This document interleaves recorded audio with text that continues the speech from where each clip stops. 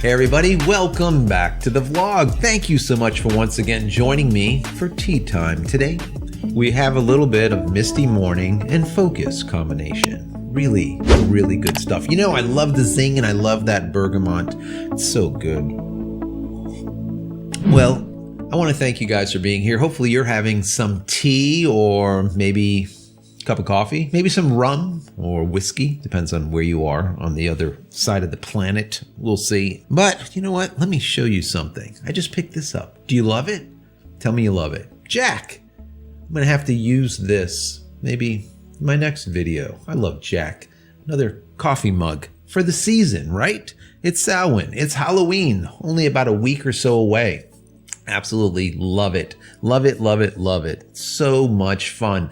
Remember, guys, I put together these short stories, these readings that I did. My last reading was The Raven by Edgar Allan Poe. Go check it out. You can look in my playlist. Maybe I'll put a little card up over here. They're a lot of fun to do. Let me know what you think about them and if you want me to do some more in the future. So anyways, today is going to be BCN Rankings Day. You know, I like to come to you guys and talk to you about the BCN rankings as they come out. Why? Because it's nice to know the direction of our market. Where is it going? Who's on top? Who's on bottom? Who's in the middle? Who's coming up? Who's going down? What's going on? It gives you a little bit of a sense of where the market is going, where the different companies are going, and maybe where you should put your money and possibly where maybe you should kind of get away from as things start tanking for some of these companies, right? If you guys know or not, Sony was the #1 mirrorless camera maker, let's say, all the way up to like 2018 when it came to full frame. And they owned the market, right? They made a ton of money selling full frame mirrorless cameras because no one else was doing it. Well, that all changed in 2018. And now we're seeing a lot more of these full frame mirrorless cameras being put out by the different manufacturers. It's almost like a mad rush for money. We see Canon release the EOS RP in April. We have the R5 in July. We have the R6 in August. So that was a lot right then and there within a few months. We also have Nikon. They released their Z5 in August. That was another bump when it comes to full frame mirrorless. And we have Panasonic to release that Lumix S5, and that was in September. Once again, another bump. And we have Sony soon to release the A7C as well as the A7S3. And now, of course, Nikon momentarily will have their Z6 Mark II and their Z7 Mark II. A lot of full frame mirrorless cameras that are competing directly with Sony. Like I said, we're talking about a major difference compared to 2018 and prior to 2018 where there was just nothing. Sony just ruled the roost, right? This is a major blow for Sony when it comes to the overall number of sales because now they actually have competition. Now, interestingly, Canon's R6 was the #1 mirrorless camera, full frame mirrorless camera in September. Now, that makes sense because Sony didn't have anything new as of then. And of course, it's a new camera and it was the lower cost version of their R5, right? The new, let's call it the 5D version, mirrorless version of a 5D. So the R5 was going to be a big seller, but of course it's expensive. The R6 sold a heck of a lot more, ended up #1 for September, which was quite amazing. Now, like I said, Sony used to have 100% of the market. And as time is going by, it went down to 80%, to 70%, 60%. It finally hit 50% of the market and then broke. And as of today, we're sitting at 43.8% of the market. So here you go. Now, here we can see what sales look like, and this is going to be from 2017 all the way up to September 2020. And we could see a massive difference when it comes to sales. Let me pull out my little red pen here. And as I said, we have 100% of the full frame mirrorless market for Sony all the way up to right about here, right? And then it slowly starts to fall, just like I told you. Now we have Sony sitting here at that 43.9%, Canon now at 34.7%, we have Nikon at 13.1%, we have Panasonic at 5.8%, and finally Sigma sitting down here at 2.6%. Well, that's all great and all, but what I find interesting here is the diametrically opposite, all right, the polar opposite between Sony and Canon. Let me take another marker here. Let me make this blue, almost like the ocean. There we go. All right. Let's draw a line between the two. Okay. And as we can see here, this is really interesting. They are absolutely almost mirror images of each other. As Sony went down here, we can see Canon going up. As Sony went up, we can see Canon going down, so on and so forth. It's exact. It's almost a mirror image. But what doesn't look good here for Sony is we see Sony coming down here and Canon going up. We're getting really close to where they meet. And I personally think, now I don't know about all of you guys, but I personally think we're going to see Canon continue to go up like this. We're going to see Sony continue to go down like this. And we're going to see Canon in the #1 position, probably within about a year. Now, will this happen? I'm speculating. Will it happen really soon? Probably not. Why? Because like I said, we have Sony coming out with the A7C as well as the A7S III. And they will definitely bump Sony a little bit when it comes to full frame mirrorless market. But as we know, Canon has now been putting out full frame mirrorless cameras and mirrorless cameras in general at this breakneck speed. They're just beating everyone when it comes to putting out new cameras and lenses. And this is what usually happens with Canon. They are a company that sits on their laurels as long as they can. They don't want to work. They're like the lazy kid, all right? They make a product that's really, really good, and then they just milk it for everything that it's worth. A perfect example is the Canon EOS Kiss or the Canon EOS M50, the Mark I, right?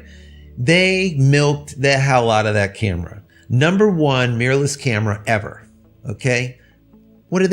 They sit on it. They milk it. They milk it. They milk it. Finally, they say, you know what? We're going to come out with a Mark II. And what do they come out with? Garbage, right? They made a duplicate of the Mark I and just added a couple of things and then neutered it. All right. Just like they did with the Mark I. This is what Canon does. So right now they're currently in this mindset of putting together as much as quick as possible because all of a sudden they see, you know, we need to do something. Sony is just eating our lunch here. We need to really get out there and build some cameras. And as soon as they get their mind to it, that's what they do. All right. Same thing with lenses. Like, oh, we need lenses. So instead of building like 3 or 4 lenses, nah, they build like 16, all right, 30. It's crazy. This is what they do. So this all being said, the market continues to shrink. The problem is this V-shaped market is not happening for the camera industry. It's just simply not. No matter how you look at it, it's not. The market continues to shrink. Phones are continuing to get bigger and better, faster, larger sensors. And currently the #1 camera in the world, if you know it or not, is the iPhone. Truth be told, right? Is the iPhone. So that's not good.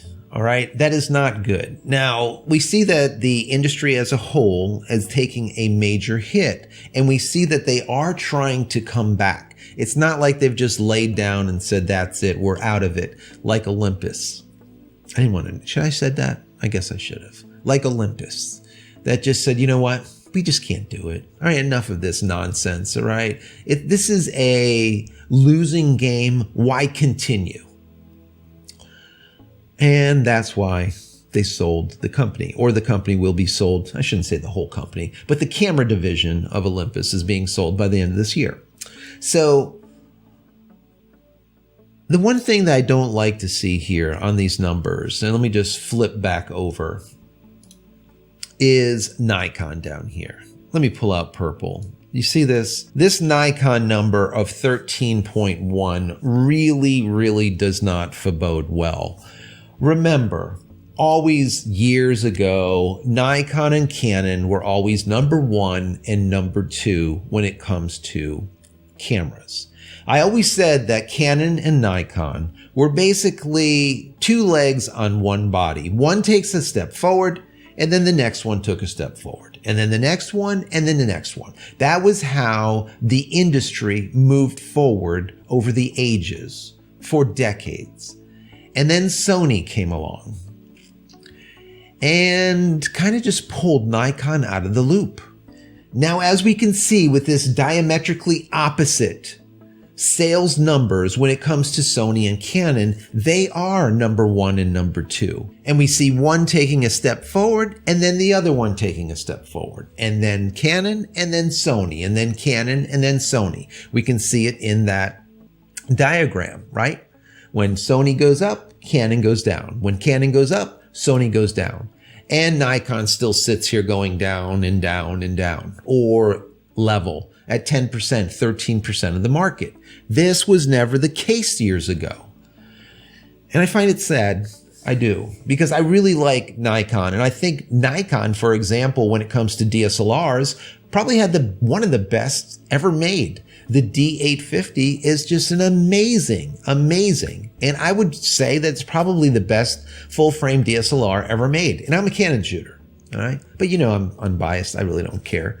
So I find that really discouraging, because I really would like to see Nikon really step it up. They need to step it up. We know Panasonic, they just sit around there, 4, 5%, 6% the most. Sigma, we don't really talk about. They're sitting at about 2%. I didn't even bring them up. But I don't see Panasonic doing much of anything. They're going to continue in that niche market down at the very bottom. They're okay over there, all right? But Nikon is the one that really worries me, because they're not picking up the pace. And when I see the Z6 Mark II and the Z7 Mark II, they're okay. They're just not anything wow to really bump it up a notch. It's just going to be more of the same. That's problematic. Where you see Canon just at breakneck speed, putting out camera after camera and lens and lens and lens. It's just craziness. It's crazy. So, like I said, my prediction is Canon will overtake Sony in the full frame mirrorless space within a year. That's my prediction. Like I said, I do think that the A7C as well as the A7S III will give them a little bit of bump. I think the A7S III will give them less of a bump because it'll just be too expensive. And with COVID and all the rest of this stuff, people are not spending money, right? It's all about ROI, return on investment. What's the value of the camera? And if the value is not there to them, they're not going to spend the money. They're looking for bigger, faster, cheaper. All right? Bigger, faster, cheaper. All right? Better light. So, anyways, guys, I want to know what you think. What do you think? What do you think about these numbers? What do you think about what is going on in the market as of right now? We took a look now at the BCN numbers for, I think it was like September. Where do you think that this will be going for the rest of this year?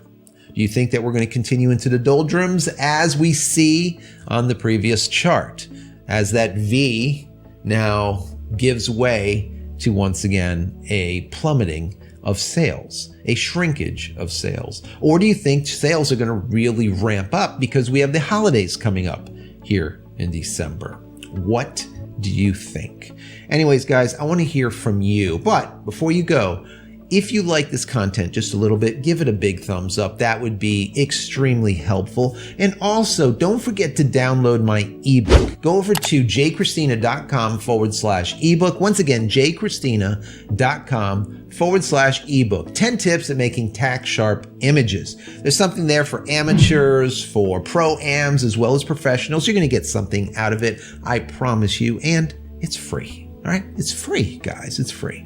If you haven't subscribed to the channel also, please subscribe. I'm making content continuously, once, twice, 3 times, sometimes 4 times a week. Don't forget also go take a look at some of those ghost stories for the season. I'll put that playlist once again, probably in the comment area, maybe up here somewhere, description somewhere. All right, go check out some of those ghost stories. If you have any stories of your own that are short, send them. Send me over a link.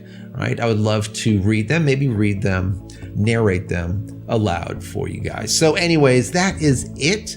Once again, I hope you enjoyed this. Don't forget to subscribe. And if you are already subscribed, click this little bell icon. If you click that, whenever I come out with a new video or if I go live, you will be notified of it immediately. And finally, head over to my website, JCristina.com, where you can find all the photography tools I've invented for you and me over the years, and hopefully there's something there that you might like. And if there is, please pick it up and support me. That would be absolutely awesome. That's it, guys. I'm out of here for yet another vlog. Many blessings to you and your family. Stay healthy and stay safe.